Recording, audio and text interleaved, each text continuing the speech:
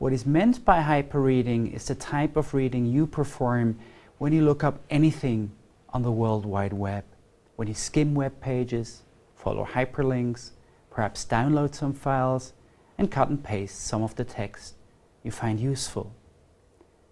In his essay, Hyperreaders and Their Reading Engines, James Sosnoski glosses hyperreading as screen-based, computer-assisted reading practices. To this definition, we can add that hyperreading for the greatest part takes place online and is a non-linear form of reading where hyperlinks can take us into any kind of direction instead of proceeding smoothly from page 1 to page 2 and so on.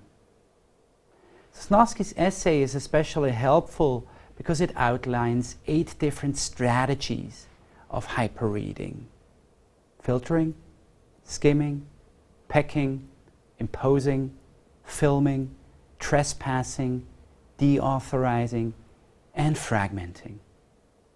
So let's have a look at the first 5 of them, and let's begin with the first, filtering.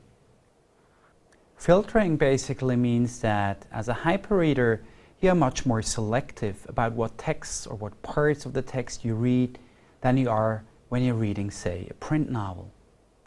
The most powerful tools we have for filtering are certainly search engines and their indexing of the World Wide Web. With the help of search engines, we filter the countless pages that make up the World Wide Web and select but one or a few. In my case, the Wikipedia entry for Ezra Pound. Now that I'm on the Wikipedia page, I noticed that it contains quite a bit of text. Chances are that I won't read the text from top to bottom, but skim it for those parts that I find most interesting. And of course, a table of contents is very helpful for skimming. Since I'm interested in close reading, I choose section 7, which promises to tell me more about Pound's writing style. So what I've done is I've skimmed the Ezra Pound entry to light upon what really interests me.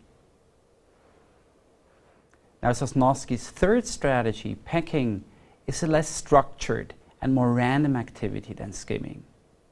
With skimming, you follow the structure of the text and read some of it.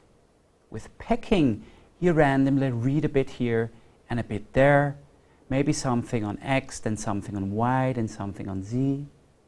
When you peck a text, you do not respect its internal structure or coherence.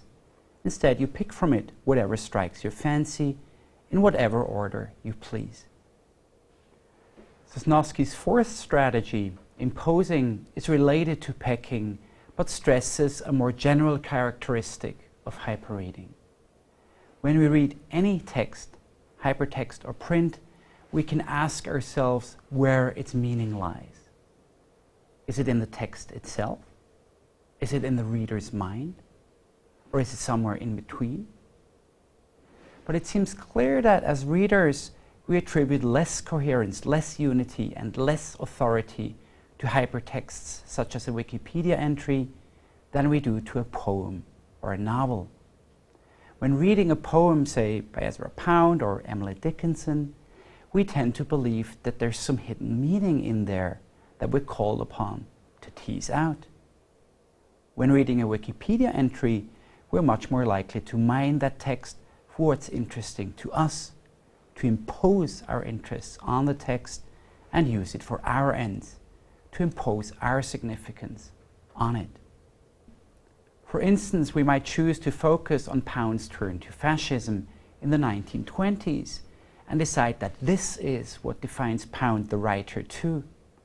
Thus, we impose a specific kind of significance on the text we read. Sosnoski's fifth strategy of hyperreading is filming.